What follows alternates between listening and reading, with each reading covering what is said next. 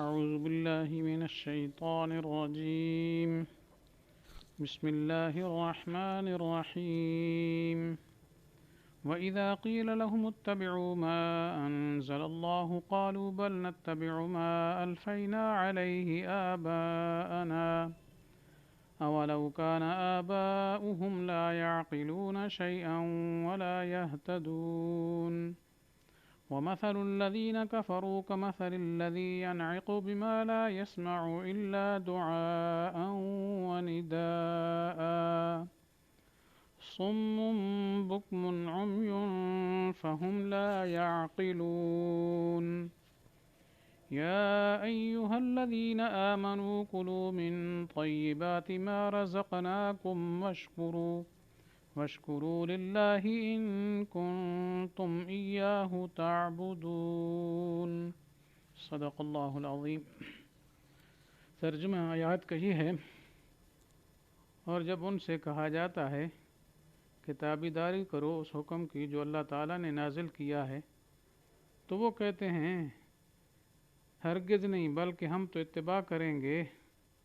ان باتوں کی جن پر ہم نے اپنے آباء و اجداد کو پایا ہے. کیا بھلا اگرچہ ان کے باپ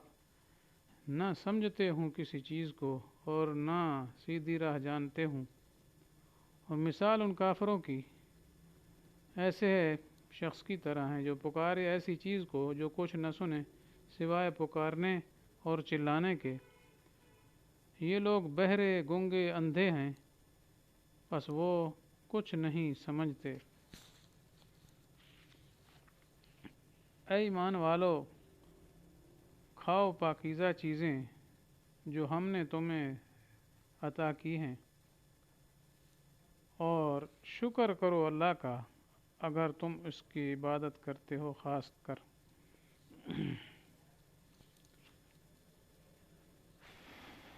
وَإِذَا قِيلَ لَهُمُ اتَّبِعُوا مَا أَنزَلَ اللَّهُ، یہ مشرکین کی جہالت کا بیان ہے. چونکہ پیچھے یہ ذکر ہوا تھا کہ ان لوگوں نے اپنی طرف سے کیا ہے اللہ کی حلال کردہ چیزوں کو حرام ٹھہرایا ہے. جیسے پیچھے ذکر ہوا ہے پچھلے درس میں کہ غیر اللہ کے نام پر وہ جانور چھوڑتے تھے، بکرے، چھترے، سانڈ، جی اس قسم کی چیزیں. تو ان کے لیے ان سے جب کہا جاتا بھائی یہ تم اپنی طرف سے جو چیزیں بنا رکھی ان کو چھوڑو، اللہ تعالیٰ کا جو حکم ہے، اللہ کی کتاب جو اب نازل ہو رہی قرآن پاک، اس کی اتباع کرو. تو یہ جب کہا جاتا تو وہ کہتے جی قالوا بل نتبع، کہ نہیں یہ بات نہیں ہم مانتے، بلکہ ہم تو اسی چیز کی اتباع کریں جس پر ہم اپنے آباء و اجداد کو پایا. تو وہ کہتے بھی ہمارے آباء و اجداد ایسا کرتے تھے، وہ بھی بتوں کے نام کی، معبودات باطلہ کے نام کے ایسے جانور چھوڑتے تھے، تو اس بنا پر ہم بھی کیا ہے چھوڑیں گے، ہم تمہاری بات نہیں مانتے، ہم تو آباء و اجداد کی تقلید کریں گے. تو یہ مشرکین ہر زمانے میں تقریباً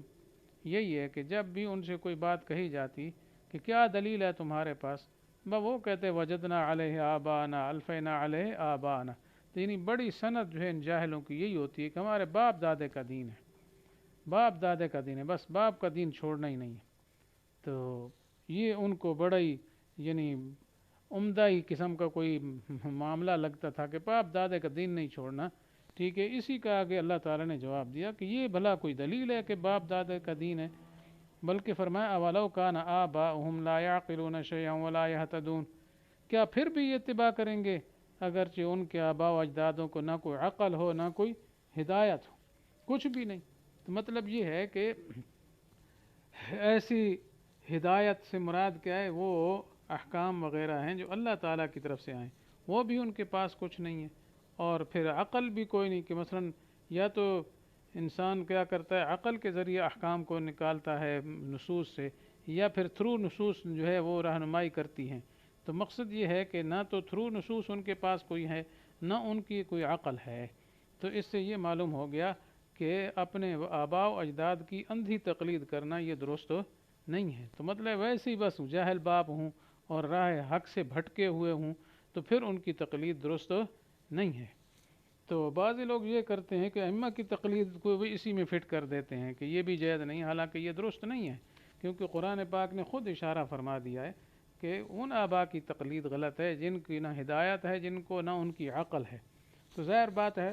جو مقلدین ائمہ مجتہدین کی تقلید کرتے ہیں وہ یہ نہیں ہے جنہوں نے اس میں داخل کیا اور ان کو قرآن ہی سمجھ نہیں آیا جی، بلکہ اصل اس سے مراد تقلید جہلاء کی، تقلید باطل، تو جاہلانہ تقلید جو ہے وہ درست نہیں ہے۔ باقی یہاں جو اہل حق ہیں، علماء ہیں، ان کی تقلید میں تو بلکہ حکم ہے فَاسْأَلُوا أَهْلَ الذِّكْرِ إِن كُنتُمْ لَا تَعْلَمُونَ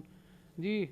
تو جو جانتے ہیں اہل ذکر ہیں، اگر تمہیں معلوم نہیں تو ان سے پوچھ کے دین کی اتباع کرو۔ خود یوسف علیہ السلام نے جی یہ فرمایا تھا اپنے قید خانے کے ساتھیوں کو، انی ترکت ملت قوم لا یؤمنون باللہ وہم بالآخرۃ ہم کافرون، کہ میں نے ان لوگوں کی ملت و مذہب کو چھوڑا جو اللہ پر ایمان نہیں رکھتے اور جو آخرت کے منکر ہیں۔ پھر آگے فرمایا واتبعت ملت آبائی ابراہیم و اسحاق و یعقوب، اور میں نے اتباع کیا اپنے آبا ابراہیم، اسحاق اور یعقوب کا۔ تو اس سے پوری وضاحت ثابت ہو گیا کہ آبا کی تقلید باطل میں حرام ہے، حق میں جائز نہیں بلکہ مستحسن ہے، کیونکہ ابراہیم علیہ السلام اور اسحاق علیہ السلام، یعقوب علیہ السلام اللہ کے انبیاء تھے، ٹھیک ہے، تو وہ ہدایت یافتہ تھے جی، اس وجہ سے جو ہدایت پر ہیں ان کی تقلید کی جائے، اس میں کوئی حرج نہیں ہے۔ تو اس طرح ائمہ مجتہدین جو ہیں ان کی جو تقلید کی جاتی ہے اس کا یہ مطلب نہیں ہوتا کہ ائمہ دین یا مجتہدین کا اپنا کوئی بنا ہوا مذہب ہے، بلکہ مقصد صرف یہ ہوتا ہے کہ قرآن و حدیث کو جس طرح انہوں نے سمجھا ہے جی، وہ بڑے علم والے، تقوی والے، اجتہاد کو درجہ کو پہنچے ہوئے، تو انہوں نے جیسے سمجھا ہے ہم اس طرح نہیں سمجھ سکتے، تو گویا ان کی قرآن فہمی اس کو ہم لیتے ہیں، انہوں نے جو قرآن و حدیث کو سمجھا ہے اس کو لیتے ہیں، یہ تقلید ہے۔ یہ معنی نہیں ہے کہ انہوں نے نعوذ باللہ کو اپنی طرف سے مسائل گھڑ لیے ہیں جی، یہ تو کسی کو اختیار نہیں ہے، بلکہ انہوں نے انہی مسائل کی وضاحت کی ہے، آسان پیرائے میں ہمیں سمجھا دیا ہے جو قرآن و حدیث میں آتے تھے۔ ایک تو مسائل بالکل واضح ہیں جیسے آیات توحید ہیں، جی رسالت کے، قیامت کے احکام ہیں، اس میں تو تقلید کی ضرورت ہی نہیں پڑتی۔ یہ وہ احکام خاص جو نصوص سے، قرآن و حدیث سے نکالے جاتے ہیں، مستنبط کیے جاتے ہیں قیاس کے ذریعے، اس میں ضرورت ہوتی ہے، جہاں کوئی تعارض ہوتا ہے وہاں ضرورت ہوتی ہے مجتہدین دی۔ اللہ تعالیٰ نے پھر اپنے دین کی حفاظت کے لیے بہت سے مجتہدین پیدا فرما دیے جنہوں نے قرآن و حدیث کا مفہوم کیا ہے ہمیں سمجھایا اور صحیح مفہوم ہمارے سامنے کر دیا۔ تو تقلید کا مطلب یہ ہے، یہ معنی نہیں ہے کہ ان کا کوئی اپنا دین ہے، نعوذ باللہ، دین تو اصل وہی ہے، اللہ تعالیٰ کا ہی دین ہے جو آپ صلی اللہ علیہ وسلم لے کر آئے ہیں۔ تو آگے مسائل نئے نئے پیش آنے والے اس قسم کی چیزیں انہوں نے قرآن و حدیث پر منطبق کر کے ہمیں آسان کر کے دکھا دی ہیں، تو اس میں تقلید ہوتی ہے۔ تو لہذا اس تقلید کو برا کہنا یا اس آیت کے اندر اس کو شامل کر لینا یہ بہت بڑی جسارت ہے، اللہ تعالیٰ حفاظت فرمائے۔ تو اصل یہاں تو تقلید مشرکین جو اپنے مشرک آبا کی کرتے تھے اس کی مذمت بیان کرنا مقصود ہے کہ یہ جو حرام بنا لیتے تھے حلال چیزوں کو اپنی طرف سے اور کہتے تھے جی کہ وجدنا علیہ آبانا یا الفینا علیہ آبانا، ان کی تردید مقصود ہے۔ اولو کان آباؤہم لا یعقلون شیئا ولا یہتدون، کہ ان کے آبا کو نہ کوئی عقل تھی نہ وہ سیدھے راہ پہ تھے، لیکن ظاہر بات ہے ہمارے ائمہ مجتہدین یہ بڑے کامل العقل تھے اور خوب ہدایت یافتہ تھے، قرآن و حدیث کے ماہر تھے، تو ان کی تقلید کی یہاں برائی ہرگز نہیں بیان کی جا رہی ہے۔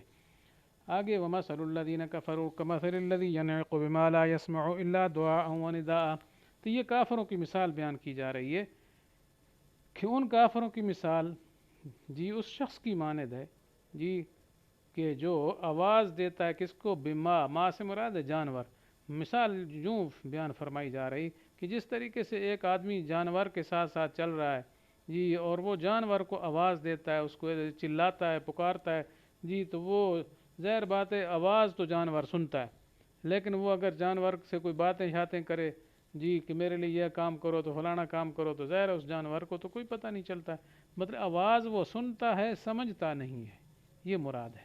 تو کافروں کی بھی یہی مثال ہے کہ یہ سن تو لیتے ہیں باتیں ہماری دین حق کی، لیکن اس کے اوپر عمل نہیں کرتے، اس کو سوچتے نہیں، غور فکر کرتے نہیں، تو ان کو کوئی نفع نہیں ہوتا۔ جیسے جانور کے سامنے کوئی باتیں کرے تو اس کو کوئی نفع نہیں ہے، اس طرح ان کو بھی کوئی نفع نہیں ہے۔ تو یہ مراد ہے مثل الذین کفروا کمثل الذی ینعق بما لا يسمع الا دعاء ونداء، ان کافروں کی مثال جی اس شخص کی مانند ہے جو چلاتا ہے ایسی چیز کے ساتھ، یعنی جانور کے ساتھ جو اور کچھ نہیں سنتا مگر کیا ہے چلانا پکارنا. جی تو فرمایا یہ کافر حقیقتاً جب نفع نہیں اٹھاتے کو ہدایت کی آوازوں سے تو یہ بہرے ہیں، گنگے ہیں، حق بات زبان پہ نہیں لاتے، اندھے ہیں. تو جب یہ تینوں حواس ان کے ختم ہو گئے، نہ سننا ہے، نہ بولنا ہے، نہ دیکھنا ہے، تو فہم لا یعقلون، تو پھر وہ کیسے ہدایت پا سکتے ہیں؟ جی وہ ہدایت کچھ سمجھ بھی نہیں سکیں گے. اس وجہ سے یہ بالکل ہی کیا ہے دور گئے گزرے لوگ ہیں. اللہ تعالیٰ سے دعا ہے کہ اللہ تعالیٰ ہمیں راہ حق پہ چلنے کی توفیق نصیب فرمائے اور صحیح دین کو سمجھ کے اس پر عمل کی توفیق نصیب فرمائے اور اپنی نافرمانیوں سے بجائے. وآخر دعوانا ان الحمد للہ رب العالمین.